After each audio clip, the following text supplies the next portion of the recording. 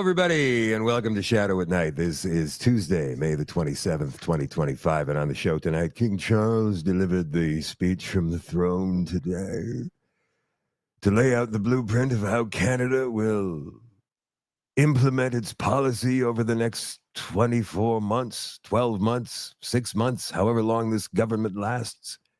To be completely honest with you, this government, being a minority, could fall at any time, just with the votes of 2 or 3 disgruntled NDP members. Just like that. Boom. Maybe that's why they didn't present a budget this year. No budget. We don't need a budget. Who cares about a budget? We're going to take on America without a budget. So, yes, King Charles delivered the speech from the throne today, usually delivered by the Governor General in the Senate. But today, special treat. The King came to Canada, and Camilla, his wife. Queen consort? Queen? I don't know what the correct title is. Also, there's a new strain of COVID-19 out there. It's gotten here from China, and it's all over the United States already. There's already verified cases, even as the Americans decide to limit the usage of the COVID-19 vaccines. We've got all of that coming up on the show tonight. Plus, have you guys ever heard of an ex-U.S. Air Force pilot named Alex Collier? He claims that in 2004, he was kidnapped by aliens for 93 days, held as a hostage for 93 days. And in that time, he learned all kinds of things about the secrets of the universe. And we're going to feature him tonight on the extension. I only just found out about this guy today, and I thought, oh, kind of wackadoo. But then when you listen to what he has to say, you go, I wonder. You see, that's the thing. There's so many people out there that believe that I believe, or others believe there's a flat earth, or that Apollo never happened. We never went to the moon, or any of the other things that have been conspiratorial for the past, 2,000 years or so. It's not that I believe or disbelieve everything. I take it on a case-by-case basis, and I ponder it. I'm open to the idea of an alternate viewpoint. And that's how I personally got here. I can't speak for anybody else, but that's where I'm at. I listen.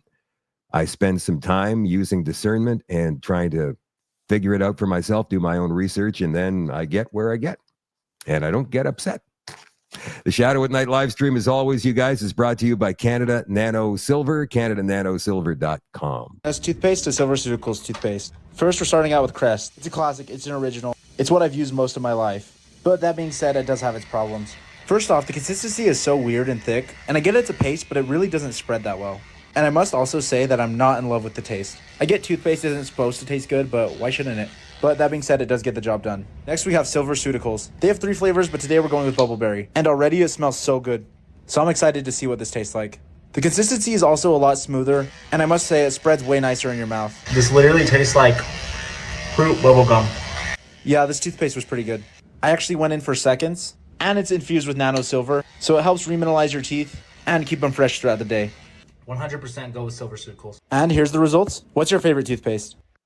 Yeah, that's definitely the Bubbleberry. It's also got cinnamon and spearmint. 204-808-9292. Get a hold of Kevin and Anna, or just go on the website and contact them that way. The contact information is in the upper right-hand corner of the screen, CanadaNanoSilver.com. Also, don't forget about the brand new product. It's the eczema therapy and skin relief care with colloidal oatmeal.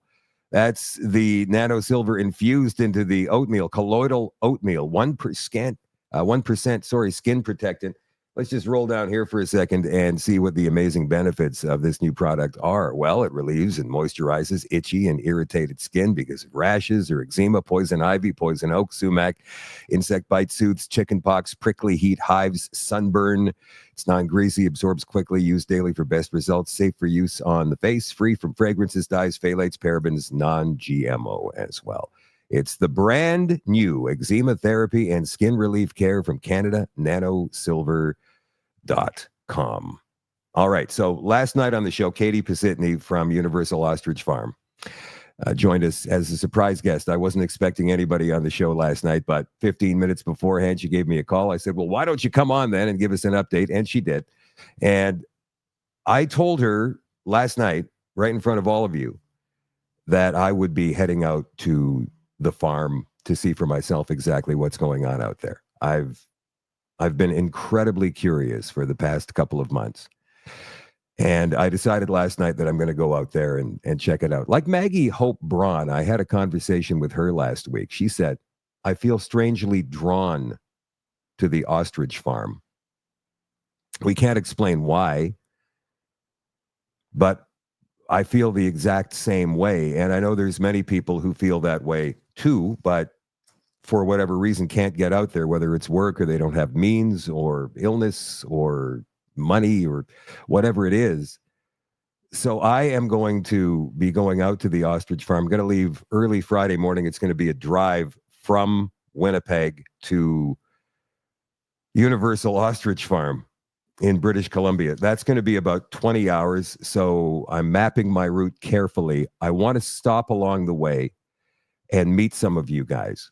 Okay, so pay attention. I'm not going to put this up on the screen. I'm just going to tell you exactly where I'm stopping on Friday, so that in case you want to come and meet me and give me something to give Katie and the gang at Universal Ostrich Farm, I can do that.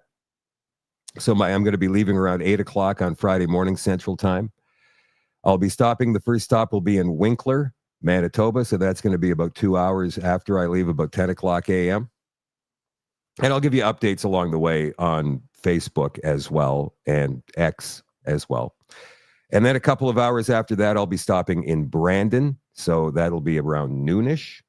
So Winkler, Brandon, then heading straight out west on the Trans-Canada to Regina. So that's going to be about 2 o'clock, 3 o'clock maybe Central Time, or 2 o'clock Mountain Time. Then it'll be Swift Current a couple of hours after that. And then Medicine Hat a couple of hours after that. And then finally Calgary a few hours after that. So I should be arriving in Calgary around 9 or 10 o'clock Mountain Time. So I'm going to firm this up as we go forward And then I'll be giving you guys updates, and I'll pick a spot in each one of these cities and towns to stop in so that you can come and meet me there. We can sit, have a conversation, maybe a coffee, and you can give me whatever you want to give me that I can take out to Katie at Universal Ostrich Farm in Edgewood. And then after that, of course, the next day, it will be traveling through British Columbia, and I'm going to stop at a couple of places along the way there. I think Revelstoke maybe will be one of the stops, in Golden, but you guys let me know. And please make plans if you're in the area of any of those cities or towns to come out and say hello. Even if you don't have anything that you want to give the Ostrich Farm, I would love to meet you. This is something that I have been hoping to do for the past 3-4 years now. Just get out all around the country and meet as many people as I possibly can who watch this show on a regular basis. It's my honor to meet you, and I look forward to it. So again, that's going to be on Friday morning, and I can't wait. King Charles delivered his speech from the throne today in the Senate of Canada, and here's a part of it.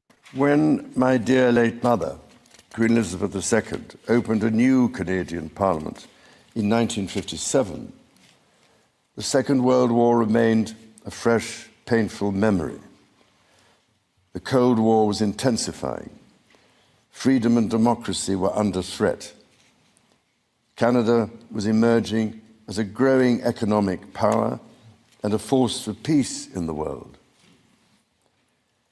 In the decades since, history has been punctuated by epoch-making events: the Vietnam War, the fall of the Berlin Wall, and the start of the War on Terror. Today, Canada faces another critical moment. Democracy, pluralism, the rule of law, self-determination, and freedom are values which Canadians hold dear, and ones which the government is determined to protect. The system of open global trade that, while not perfect, has helped to deliver prosperity for Canadians for decades, is changing. Canada's relationships with partners are also changing. Il nous faut confronter la réalité. Depuis la Deuxième Guerre mondiale, notre monde n'a jamais été aussi dangereux et instable. Le Canada fait face à des défis qui, dans nos vies, sont sans précédent. Many Canadians are feeling anxious and worried about the drastically changing world around them. Fundamental change is always unsettling. Yet this moment is also an incredible opportunity, an opportunity for renewal, an opportunity to think big and to act bigger, an opportunity for Canada to embark on the largest transformation of its economy since the Second World War. Change. He's talking about change, a rapidly transforming world around them, and Canadians are quite understandably uncomfortable with it. But this government will do everything it can to protect democracy and freedom. There's a lot of people who feel as though Charles is the head of the snake. I don't think so. I think he's part of it, don't get me wrong, but he's definitely not the head of the snake. He's a globalist. He believes in the climate catastrophe, right down the line. So if anybody in this country thinks that this Carney government, this liberal government, is ever going to repeal C-69, C-45, any of the anti-development bills, any of the anti-energy bills, laws now, you've got another thing coming. You are sadly mistaken. There is absolutely zero chance that the Carney government will do any of that. Canada should be a natural resource superpower. We should be one of the top 3 richest nations in the world. Our influence economically should be massive. We should be right up there with the United States because of all of the natural resources at our fingertips. in the ground in our country that we could have developed in the past 10 years. But instead, oh, no, no, no. No. It's all about climate change. It's all about trying to develop some kind of new energy. It's about stopping people from driving gasoline-powered cars. It's about a carbon tax that does absolutely nothing. There is no logic behind it. There is no science, no real science behind it. This is about control.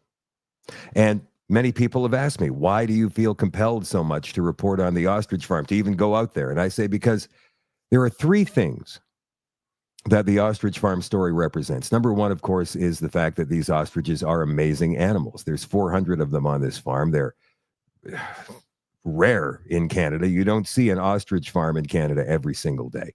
Some of these ostriches, like Katie said last night, are in their 30s. They're old. They're prehistoric. These animals are. To preserve them should be one of our number one priorities. But secondly, they're also providing key research into antibodies, into naturally fighting disease. And that's a contract they have with scientists in Japan that they've had for the past 10, 15 years, I think. And they've been doing some great work in discovering how these ostrich antibodies can help human beings fight off disease naturally without pharmaceutical intervention. And the other thing, excuse me, one of the most important things is the farm aspect of it. This is a farm. Now, it's not a commercial farm, but it's still a farm. And farms all across our country have been getting cull orders. Any farmer who owns livestock, whether it's cattle, whether it's pigs, whether it's chickens, they've been getting these cull orders. Well, we've got a swine flu epidemic. Well, we've got a mad cow epidemic. We've got a bird flu epidemic. We have to come in and kill your livestock. And then they don't get compensated for it. That's what Katie was saying last night. And if they do, it's delayed by months or even years, to the point where these farmers cannot continue financially, and they have to sell their farms at a much reduced cost to a big, big firm that operates out of Toronto, but their head office would be in New York somewhere, or possibly Brussels, somewhere in the EU. And it's eventually going to work its way down to, in 5 or 10 years, that every single farm in Canada, and the United States for that matter, although I believe that Donald Trump and some of the others in the United States are really cracking down on this. China as well is involved in all of this. It's going to boil down to 2, maybe 3 large corporations owning all of the farms in this country. They will control what we eat. And if we want to eat, we have to do what they say.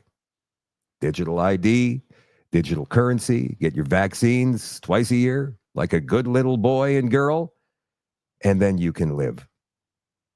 Then you can be part of the system. That's what this is all about. 15-minute cities, it all falls into place. All these UN objectives, all of the you will own nothing and be happy, everything that we have been talking about for the past 3 or 4 years is wrapped up in Universal Ostrich Farm. Hello, Sandy. How are you doing? Hello, Christine and Wanda. Kim is watching tonight. Catherine, yeah, eats the bugs. That's right. Robin, how you doing? China wants to be our farmers. They certainly do. Trump already is cracking down on China being able to buy farmland in the United States. Hello, Nikki. How are you doing? I know it sounds like a nightmare, but the more we get this information out, the better off we're going to be. Somebody was asking how much this visit from King Charles is going to cost. That was Springer Dinger, who's watching on Rumble tonight. And I don't know exactly that number, Springer Dinger, but I can throw this up on the screen for you to see here. The 3-day royal visit that happened in December of 2022. I think the pandemic was over by then, wasn't it? Anyway, 3-day royal visit cost Canadian taxpayers more than $1 million 2.5 years ago. So maybe this one will cost about the same with inflation, and maybe it will cost a little bit less, but it's still going to cost us a pretty penny. So this is what Global News said about it today. Canada, and this is something we didn't catch in the excerpt of Charles's speech that I played for you, but Canada, Now remember when Carney went over to Europe just after he became prime minister before the election. He went over to Europe, even though Trump was threatening the tariffs and he was going to stand up and it was elbows up. But instead of going to the United States to speak with Donald Trump, Carney went over to Europe to talk with France and Germany and the UK. And nobody could figure that out. Well, that's where Carney's real roots are. He's called himself a European before. He's in it with all the snakes in the EU. And apparently, Canada will join the EU's new defense plan, the one I told you about a couple of weeks ago. Remember, Rearm Europe? That's going to cost $1 trillion. It's all about Putin and the Ukraine war. This new defense plan that aims to rapidly increase military arms production in a bid to move away from U.S. reliance, Tuesday's throne speech confirmed. So we have to join the EU's defense plan to move away from U.S. reliance. Why not just develop our oil and gas and all of our other rare earth minerals? How about that? And then strengthen our own military. How about that? The move to join Rearm Europe was announced by King Charles III as he read the speech from the throne in Parliament during a section on the government's plans for national defense and security. The government will protect Canada's sovereignty by rebuilding, rearming, and reinvesting in the Canadian armed forces. We have to get away from the monarchy, man. I mean, it's just a symbol of oppression and, king subjects and all that. I understand that you guys don't recognize King Charles as your king, but technically he is. This will boost Canada's defense industry by joining Rearm Europe to invest in transatlantic security with Canada's European partners. It sounds dictatorial, doesn't it? Like he has no power over us. And yet here he is. And it will invest to strengthen its presence in the north, which is an integral part of Canada. And this region faces new threats. The Rearm Europe plan announced by the EU in March would earmark up to 1.25 trillion Canadian dollars for defense over 5 years. Like the EU is broke. They're broke. Canada's broke. Where's this money coming from? This includes a loan program. Oh, I see. Worth about $235 billion to be called Security Action for Europe, SAFE, which would allow countries to work with others outside the European Union to jointly buy or build arms. And what does this say here? What does this say? EU members approved the loan program on Tuesday. Of course they did. Oh, by the way, this Golden Dome that people have been talking about, this proposal that Trump talked about last week, Golden Dome, it's, to prevent any kind of nuclear warhead or any sort of long-range missiles from reaching North America. Trump said if Canada wants to be a part of it, it's going to cost $61 billion for us to join it. People already assumed that we were a part of it, but we're not. Trump's going to charge us. But if we were the 51st state, well, that would be different. We wouldn't have to pay a red cent. What did Pierre Poilievre have to say about Charles's speech today? You might be disappointed by his remarks. Watch. He inspired a lot of people that we would fight for that Canadian promise and bring forward that hope. And we were looking for that promise and that hope in this speech today. We did see a lot of the right slogans and political talking points, but no clear plans to get it done. One slogan dealt with controlling government spending, but there were no specific savings to roll back the morbidly obese Liberal government's costs. We saw promises about getting things built, but no mention of oil and gas or pipelines. Pipelines are, of course, the thing we most need to build. Didn't get one mention. Nor did they mention getting rid of the anti-energy laws that have kept our resources in the ground. C-69, the no development law. C-48, the shipping ban. No specific plans to get anything done, even though, as the Prime Minister has said, we are in a crisis to break our dependence on the American economy. They mentioned crime, but refused to say that they would repeal the Liberal catch and release bail law, C-75, or the house arrest law, laws that have allowed rampant chaos and crime to to overtake our once tranquil streets. No mention of overcoming the opioid crisis and replacing tax-funded drugs and legalization with treatment and recovery. No mention of real plans to get taxes under control by reducing the cost of government. So we're here to turn the government's talking points into real plans. We pledge to work with the government to repeal the anti-energy law, C-69, repeal the energy cap, the electric vehicle mandate, the offshore shipping ban. Let's get our pipelines building. Let's get our goods to markets other than the United States. We're here to propose cuts to bureaucracy, consultants, foreign aid, and corporate welfare so that we can bring down taxes, debt, and inflation. Let's repeal the catch and release laws so that we can restore safety to our streets. Let's invest in treatment and recovery to bring our loved ones home drug-free. In other words, let's replace the talking points with real plans to get it done. That is what Conservatives pledge to do. That is what Canadians voted for us to fight for, and that is what we will deliver. Thank you very much. A lot of people are very disappointed in Pierre Poilievre these days. Not because they lost the election and he lost his seat, but because he's taken on this milder tone, and it's gotten milder and milder and milder and milder as time has gone on. Maybe it's a maturing process for Poilievre, or maybe his advisors are telling him, you know what, if you want to get those red Tories sitting in the middle that voted Liberal last time, you're going to have to really tone down the rhetoric. Canadians don't like that. I completely disagree with that. I think a feisty Pierre Poilievre, a hardline Pierre Poilievre, is far more effective than this meek milquetoast thing that we've been seeing for the last couple of weeks. I don't know. You guys might think I'm wrong.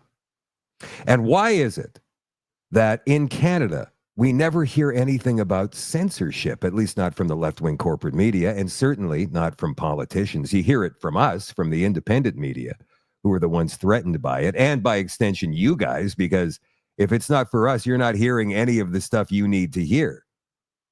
The only thing available to you would be left-wing corporate media, and you know exactly what they're all about. You found out the hard way the past 3 or 4 years, right? Some of you new to this, welcome to the bandwagon. Welcome to the party. You got to get away from the left-wing corporate media, or the Marxist corporate media, as I call them sometimes, and that is CBC, and that is CTV, and Global, obviously, and all of the local radio owned by the same companies. There's only about 4 or 5 broadcast companies in this country, and they own all of the TV and radio stations. Just so you're aware, you don't really have any choice, because they also all collude together. I don't know if you guys know this either, but all of presidents and vice presidents of broadcasting, of Rogers, of Chorus, of Bell, of Pattison Broadcasting across the country, they all know each other. They all hang out together. They all party together. They all attend the same functions. And what do you think they talk about when they go to these functions? Censorship is a huge problem, and Mark Carney has promised to tackle it. What's going on over in the EU right now? Well, in Germany and France and the UK, they're arresting people for free speech online. It happened in Winnipeg last week. Guy made some unsavory remarks on X, and he was arrested. Now, we don't know what he said because it was not released by police.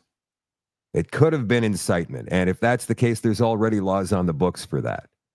I don't agree with incitement, but you should be able to say whatever, no matter how distasteful, whatever it is you want to say on social media.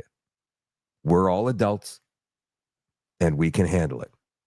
And as far as the kids go, we can put safeguards on their social media to make sure they don't get access to those kinds of pages, profiles, or sites. Here's Roman Baber. He's a newly elected CPC MP from the Toronto area, talking about that very thing, censorship. But freedom of speech is not just being free to utter speech, but to also hear speech. I was born in the former Soviet Union, and I lived there until I was almost 9. I remember being told in the Soviet Union that you could not listen to the BBC and you could not listen to the Voice of America. You could even go to jail for passing around flyers that contained foreign views. That's why they called it the Iron Wall. And now, I hear Prime Minister Mark Carney saying that there's too much information and too much disinformation out there on US platforms. So what's Mark Carney going to do? Is he going to put me behind the Iron Wall again, deciding what we can and cannot hear? Will self-proclaimed socialist Stephen Guilbeault decide what is true and what is false and therefore safe for our consumption? The greatest spreader of misinformation is this liberal government. And I hate the words misinformation and disinformation. It's the words that the communists use to bring down the hammer on free speech. Just have the decency to call it lies. Call it lies. And let Canadians decide. Trust Canadians to decide what is true and what isn't true after hearing all sides. The greatest way to fight misinformation is with more and better information, not with government deciding what is true and what isn't true, and what is safe and what isn't safe. We Canadians have the freedom to decide, the freedom to speak, and the freedom to hear others speak, especially things that we do not like or things that we do not agree with. That is democracy. Yes, yes, yes. Freedom of speech does not include freedom of reach. We've heard that from several large social media platform CEOs over the past couple of years, meaning you can go ahead and say whatever you want, but we're not going to let it out there. We're not going to let our usual algorithms expand your reach. You will be censored, meaning that we'll just squeeze whatever you put out there to nothing, so nobody ever sees it. So you could post it, but nobody's ever going to see it. And the Canadian government is in full lockstep with that. My friends, I want you to batten down the hatches. Get ready, because there is a new strain of COVID-19, and it's already in North America. According to CBS News and all of the other Marxist corporate media out there, this was a news story early this morning. I'm surprised you're not running for the hills already. Cases of the new COVID-19 variant NB181 linked to a large surge in China have been detected in multiple locations across the United States, according to the CDC. The earliest cases in the U.S. date back to late March and early April. We're only finding out now? Oh my God, it could be all over the place. They were detected through a screening program at airports for arriving international travelers. CDC is aware of reported cases of COVID-19 NB181 in China and is in regular contact with international partners. A CDC spokesperson said in a statement last week, the spokesperson said that so far too few U.S. sequences have been reported of NB181 to be included in the agency's variant estimates dashboard, but hospitalizations abroad have raised eyebrows and questions about the new variant, its symptoms, and more. Here's what to know, according to experts. This new variant is associated with symptoms that are broadly similar to those seen in the early strains of the virus. Commonly reported symptoms include respiratory issues like a cough and a sore throat.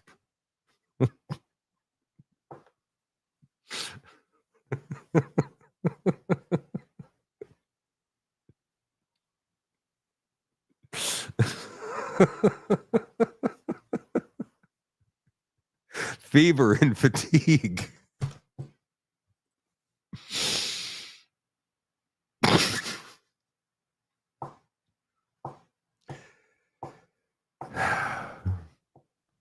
The data indicates this new strain does not lead to more severe illness compared to previous variants, although it appears to have a growth advantage, suggesting it may spread more easily. Oh my God! In other words, it's more transmissible. Authorities in Hong Kong say there's no evidence that the variant, a descendant of the XDV lineage of the virus, is more severe than previous strains. I think we've pretty much heard everything that we need to hear about that, right? Bird flu didn't work, monkeypox didn't work, so let's bring back old reliable, right? From Epic Health on X. Odd timing. This announcement comes out about the FDA order to expand heart damage warnings on COVID vaccines for Pfizer and Moderna. And then a couple of hours after that, there's a new strain. Now, if they knew about this in late March, why didn't they report on this in late March or early April? And why did they wait on it till now? New FDA study just found that some young men still show signs of heart injury 5 months after getting this shot. The findings point to a risk that may be more common and longer lasting than previously understood. Here's what the updated science tells us. The FDA has directed COVID-19 vaccine manufacturers to expand the warning. And this is in the United States, by the way. In Canada, it's still a free-for-all for the pharmaceutical companies. But they got to expand the warning for 2 forms of inflammation, according to letters made public on May 21st. In the United States, the FDA told BioNTech, which produces a vaccine with Pfizer and Moderna, to update warnings regarding myocarditis, heart inflammation, and the related condition pericarditis. Richard Forshee, acting director of the FDA's Office of Biostatistics and Pharmacovigilance, that's a big one, said that new information has emerged, including a 2024 FDA study that found some myocarditis patients had signs of heart scarring months after the vaccination. And as a matter of fact, some say that it's permanent. Here is Robert Kennedy with a couple of his associates to make an announcement. Hi, everybody. I'm Robert F. Kennedy Jr., your HHS Secretary, and I'm here today with NIH Director Dr. Jay Bhattacharya and FDA Commissioner Dr. Marty Makary. I couldn't be more pleased to announce that as of today, the COVID vaccine for healthy children and healthy pregnant women has been removed from the CDC recommended immunization schedule. Last year, the Biden administration urged healthy children to get yet another COVID shot despite the lack of any clinical data to support the repeat booster strategy in children. That ends today. It's common sense and it's good science. There's no evidence healthy kids need it today, and most countries have stopped recommending it for children. We're now one step closer to realizing President Trump's promise to make America healthy again. One step closer. Why don't you just do it all at once? Just get rid of this stuff and call it what it is. Maybe they feel as though too many people out there can't handle the truth. React 19, have you heard of it? This is a group that's getting bigger and bigger, gaining momentum in the United States and Canada. It's a group formed by and including thousands of people who have suffered vaccine injury or their relatives who suffered vaccine death. And here's Dr. Joel Walskog, who was I think he was a cardiologist in Michigan or Wisconsin, who was injured by one shot of the vaccine. He's testifying at a joint congressional committee just a couple of days ago. Senator Blumenthal and the subcommittee for inviting me to testify on the development and safety of the COVID-19 vaccines. I am Joel Walskog, a board-certified orthopedic surgeon, now medically disabled after one dose of the Moderna COVID-19 vaccine. Before the pandemic, I enjoyed a successful practice in Wisconsin, performing over 800 major surgeries annually. Trusting my health authorities, my practice followed CDC COVID-19 guidelines, delaying surgeries, and even temporarily closing. I proudly elected to get vaccinated, and within a week, I developed leg weakness, numbness, substantial balance loss, leading to falls, including one while treating a patient. Diagnosed with transverse myelitis, a spinal cord lesion at T8, T9, I was stunned that my providers dismissed any vaccine link, despite news of similar cases halting the AstraZeneca trial in the UK. 4 years later, while I can walk, I have been diagnosed with dysautonomia and an undefined autoimmune disorder.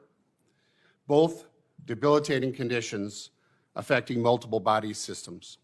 I remain medically retired. The career I loved and worked so hard for is now gone.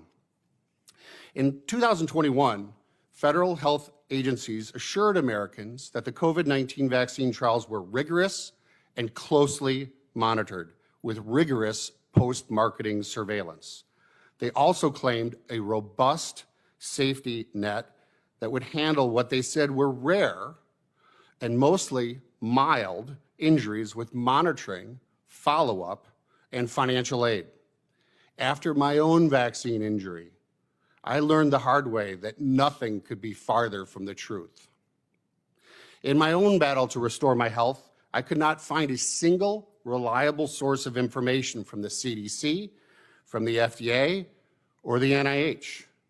Further, answers did not come from medical teams, the media, or even medical journals.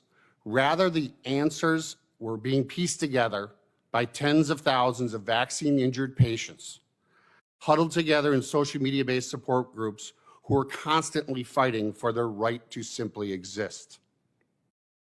You will hear today a great deal about myocarditis, maternal-fetal complications, and blood clotting disorders after the COVID-19 shots. I hope to talk more about the neurological adverse events to the COVID vaccines. These are the most common adverse event to the COVID shots. I am now co-chair of React 19, which is a national, science-based, non-political, nonprofit that represents over 36,000 Americans seriously injured by the COVID-19 shots. Our mission is to provide financial, physical, and emotional support. This gives me a unique perspective to share the collective experience of those who have been harmed, not just by the COVID-19 vaccines themselves, but also by the US government. React 19 surveyed our 36,000 members, asking if the FDA takes vaccine injuries seriously. 100% said false. Not even one person voted favorably. The vaccine injured share a uniform story. We did our duty for our country, became injured, disabled, or died. We further reported to VAERS and vSafe, repeatedly contacted our elected officials and applied to the Countermeasures Injury Compensation Program, or CICP, only to face silence from the VAERS, no response from vSafe, ghosting by our own representatives, and a 98% rejection rate from the CICP. The many cries for help were ignored. Some were studied at the NIH in a program under Dr. Fauci, where they were diagnosed with vaccine complications, but never disclosed to the public, despite promises that the NIH would do so. Privately, the agencies said neurological conditions needed early recognition and treatment, while publicly they remained silent and often denying that they were even treating vaccine injuries. Rather, they promoted boosters and high safety claims, while the White House directed social media to censor, quote, true stories of vaccine injury, end quote. Relegating NIH confirmed injuries into silence. That silence by health authorities, elected representatives, and even our White House has resulted in even more severe health outcomes and worse for many, death. The PrEP Act shields drug companies from injury liability and strips Americans of their constitutional right to due process and jury trial. This liability shield places the responsibility squarely on the US government to address this crisis. Our constitutional rights must be replaced with effective safety monitoring and compensation. Today, these programs are dismal failures. Congress must urgently reform these failing systems or remove itself as a middleman and repeal the PrEP Act. An analysis of clinical trial data showed that for every 800 people vaccinated, one suffers a serious adverse event. We are here today to end the silence for the 1 in 800. It is time to stop politicizing vaccine injuries and start building meaningful recognition, research, competent care, and fair and just compensation. At React 19, we say we've had negative reactions, but we're about seeking positive actions. I will not stop until these humanitarian goals are met. Thank you. So what do you think? Are we turning the corner with this? Are they loosening the shackles a little bit? Are people going to be allowed to talk about their vaccine injuries, and will they be believed if they are allowed? Will governments start reacting? I was going to say positively, but it's not positive. Compassionately, how about that? Will they start reacting compassionately to these people who have been maimed by this concoction? I think with organizations like React 19 and others that are now forming, and by the way, I put a link into the comments for you guys, and I'll do it on Rumble as well, for React 19. In case anybody out there watching this is vaccine injured or suspects that they're vaccine injured but haven't been able to get a diagnosis. And that's the other thing too. You know, we've had Michelle Wharton and other vaccine injured people on the show, and I think Michelle is going to be coming on again at some point soon. Strong young lady. And the treatment that these folks have gotten from medical professionals has been, again, abysmal is not the right word. It's worse than that. It's like they're immediately shunned by these doctors and nurses. Like, oh my God, I can't believe this person's here again. Like they're delusional. That should never happen in healthcare. I heard a great analogy the other day when we started giving up our healthcare and our education system to governments. That's when it started getting bastardized. It used to be part, and this was in church. I was at Springs Church on Sunday. This was part of the message. When we gave up, when the church gave up running schools and hospitals, that's when things started going downhill. Now, I'm not sure exactly of the timeline there, but it makes sense to me that anything the government touches just turns to shit. 99.9% of the time. You may have seen a lot of messages from Dr. Makis, Facebook messages from Dr. Makis in the comments. I don't think that's the real Dr. Makis. It may be somebody running his Facebook account, but it's probably not the real Dr. Makis. It might be a spammer. Don't know. Don't respond to it.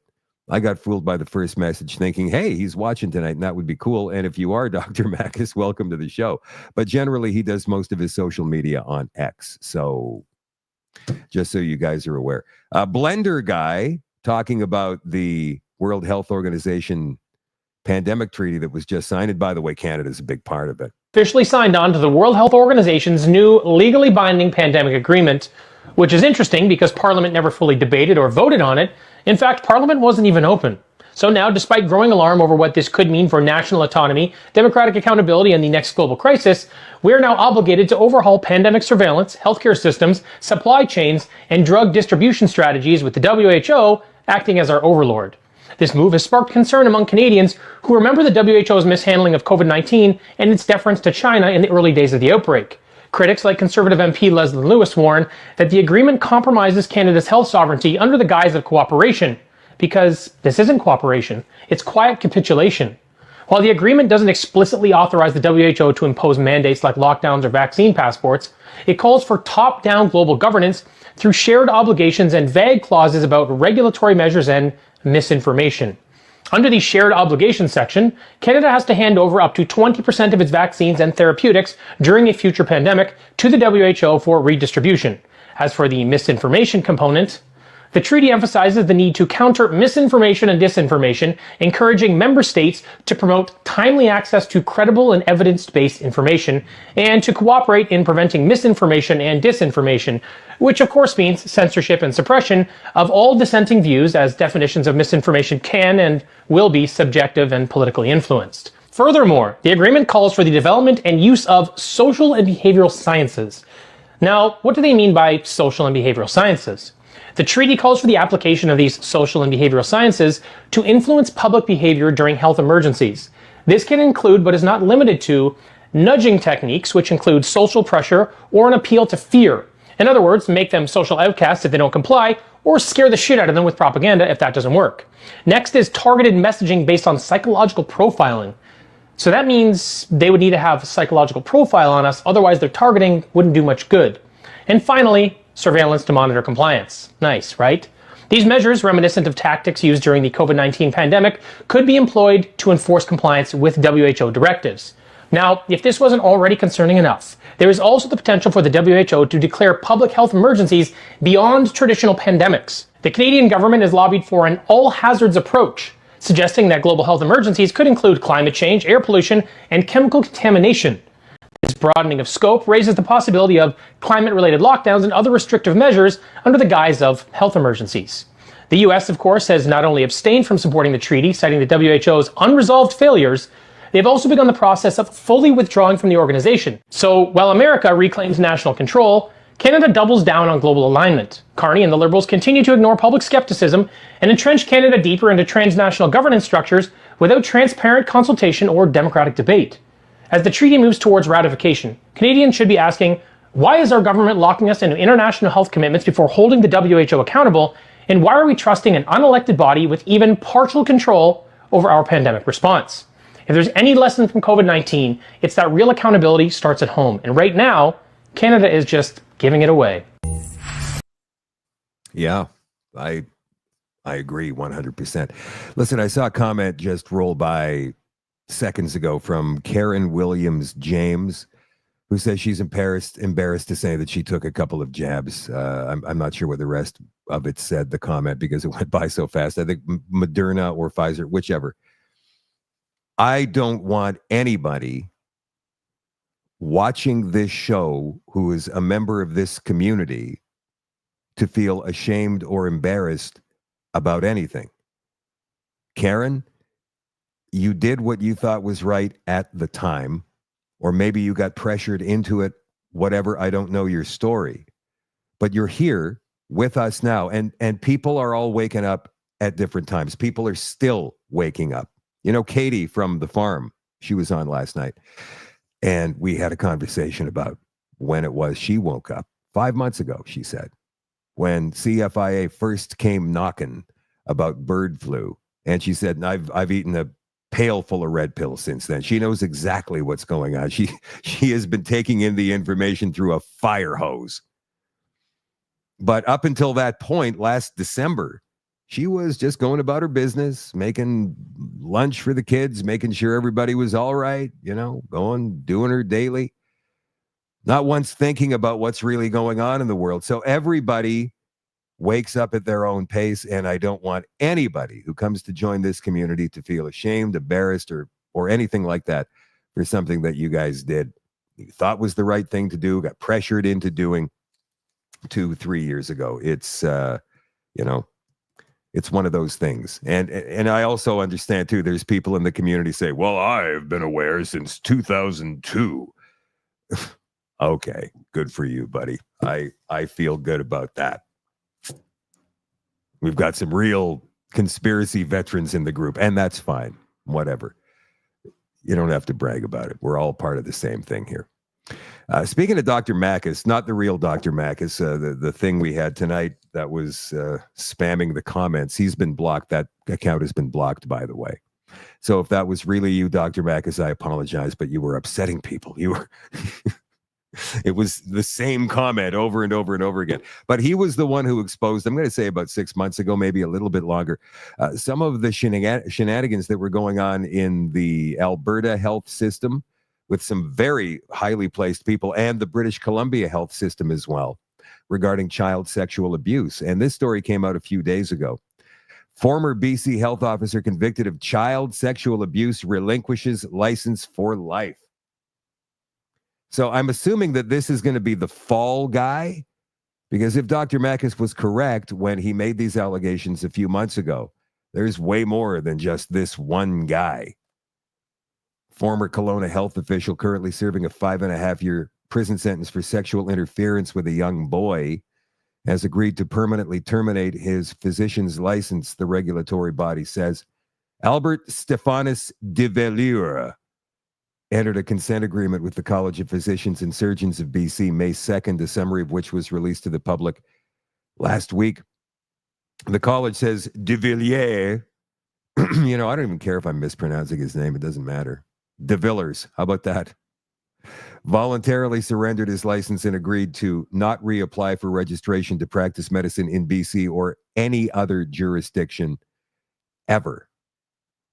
The doctor was found guilty of sexual interference February 7th, 2023 in Alberta court. A second charge of sexual assault was stayed, according to the college. De Villers' crimes took place between 2018 and 2020 while he was employed as the top public health doctor in northern Alberta. His victim was 7 years old when the abuse began.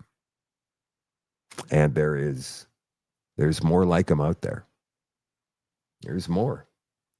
Alberta's taken a hard line against child porn in schools. They're cracking down on schools refusing to deal with the presence of explicit pornographic materials in K through 12 school libraries. The Minister of Education in Alberta is Demetrius Nicolaides. And here's his statement yesterday. Announcing that Alberta's government will begin work to develop new standards to guide school boards in selecting and managing materials with sexual content in their school library collections. And we're looking for input from Albertans.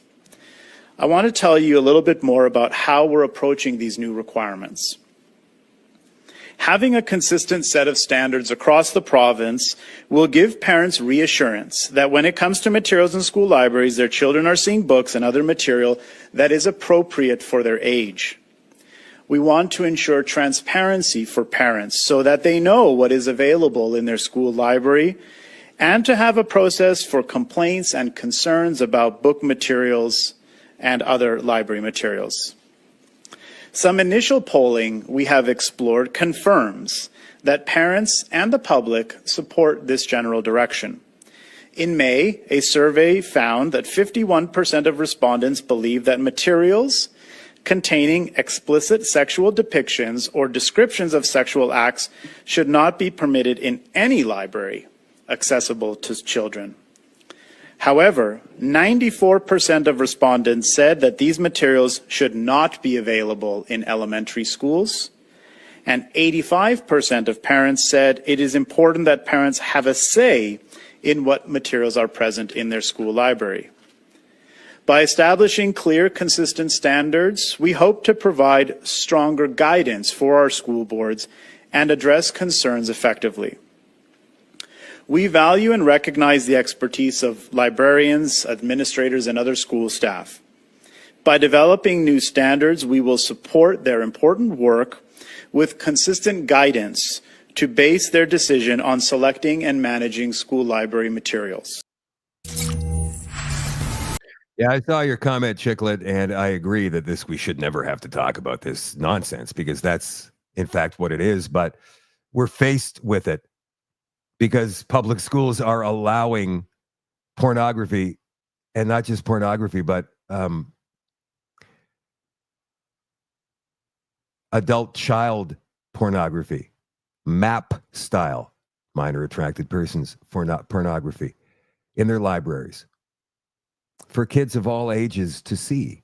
Now, first of all, you graduate when you're 18 years old. I was 17 because my birthday's in December, but most people are 18, generally speaking.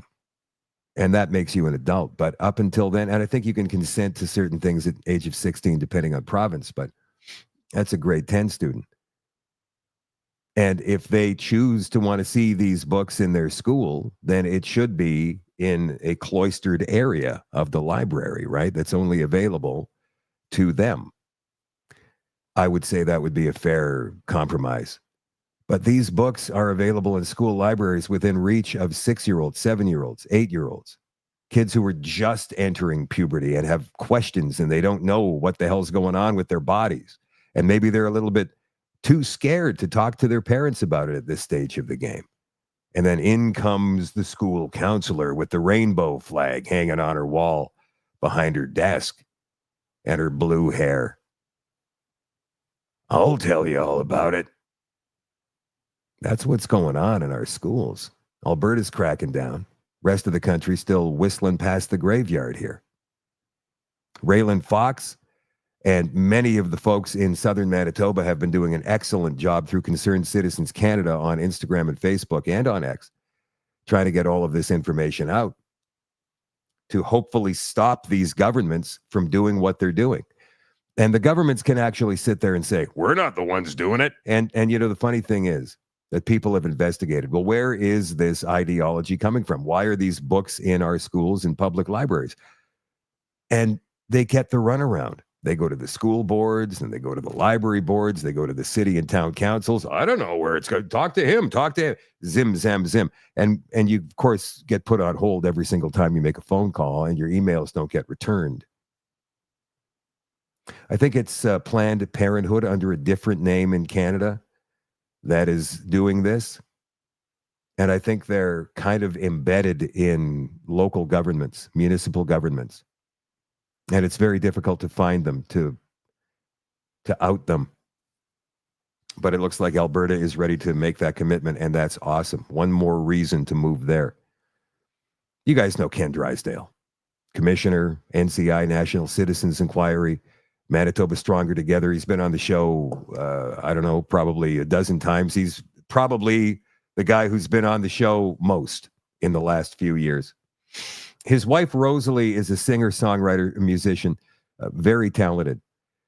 They put together a piece just a couple of days ago. It's called Can We Imagine? It's about our country, where we came from, and what's happened to us since in the last few years, but also where we can go.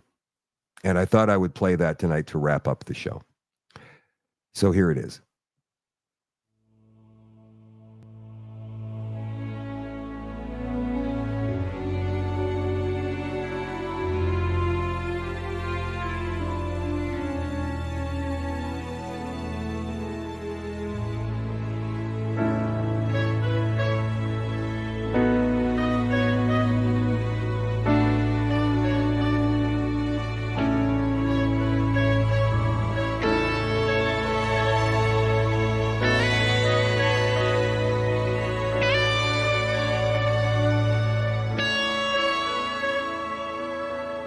Can we ever imagine the lives that were lost for the lives that we live?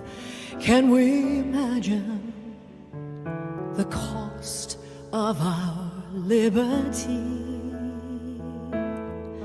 Can we ever imagine the currency of pain that so many paid for our freedom?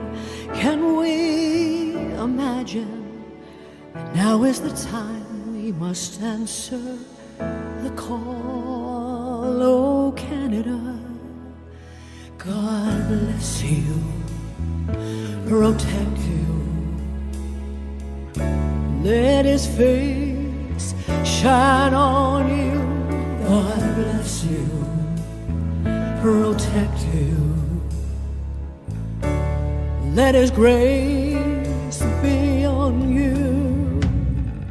Can we ever imagine the courage it took to leave loved ones behind and say goodbye, not knowing if you'd see them again? Oh, can we ever imagine if the brave souls who died could see us now, letting things slide? Can you imagine their last dying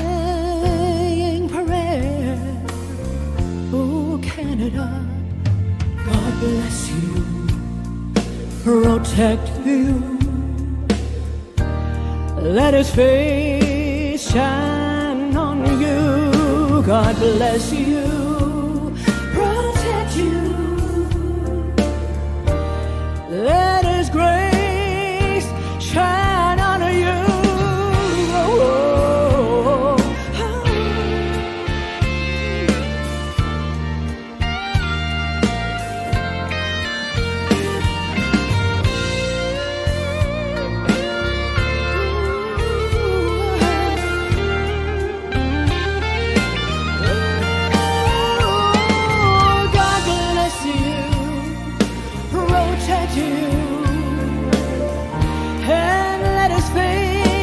Shine on you, God bless you, protect you, and let his grace shine on you. God bless you, protect you, and let his face shine on you. God bless you, protect you.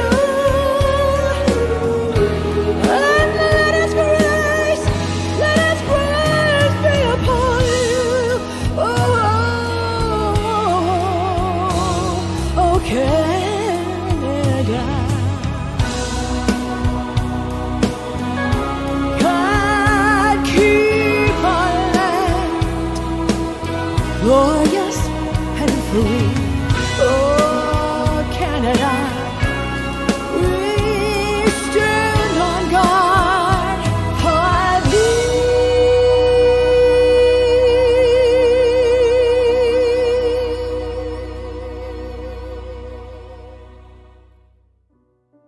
As we stand at the crossroads of our nation's future, we are called to remember the strength and sacrifice that has brought us here. Over the past many years, we have begun to forget who we are and who came before us. We have become a people who have lost our way, drifting from the values that once defined us. But no more. Today, we remember.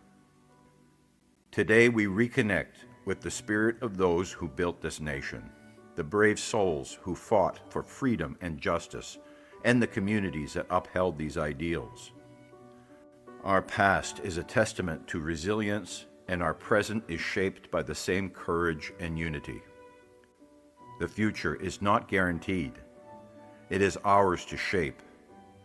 It is time to stand up, take responsibility, and get involved, not just as citizens, but as stewards of a nation founded on freedom, justice, and the power of community.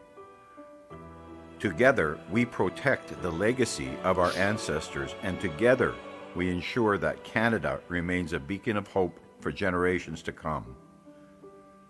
This is our Canada, and it is worth defending.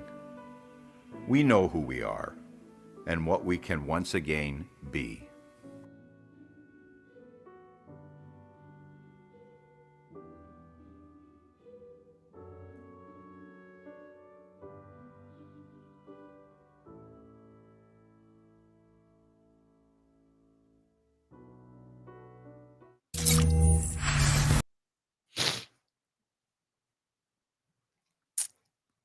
You can find that on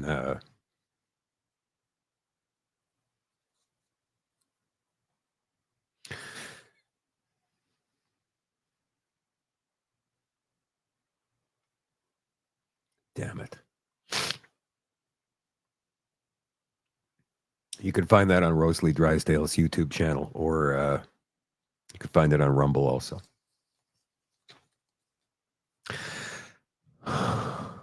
Want my Canada back. Okay. That's it for tonight, you guys. Thank you for being here. Don't forget, join up. You want to keep this show going? You want to help me keep doing this work? Then join up. ShadowDavis.com, just like it's spelled right down here in the corner. ShadowDavis.com. Sign up. It's like $12 a month or something, and you get all the extra content, which is coming up in just a couple of minutes. And tonight we're going to talk about a guy. Used to be a U.S. Army pilot, who claims he was abducted by aliens for 93 days in 2004. And during that time, he learned a lot about what the universe is really like. And time travel is part of it as well. At least that's what he says. His name is Alex Collier.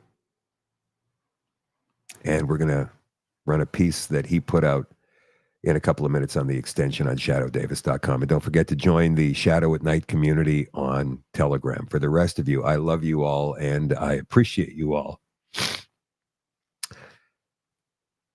And I'll talk to you tomorrow night, 8 o'clock Central. Okay, bye.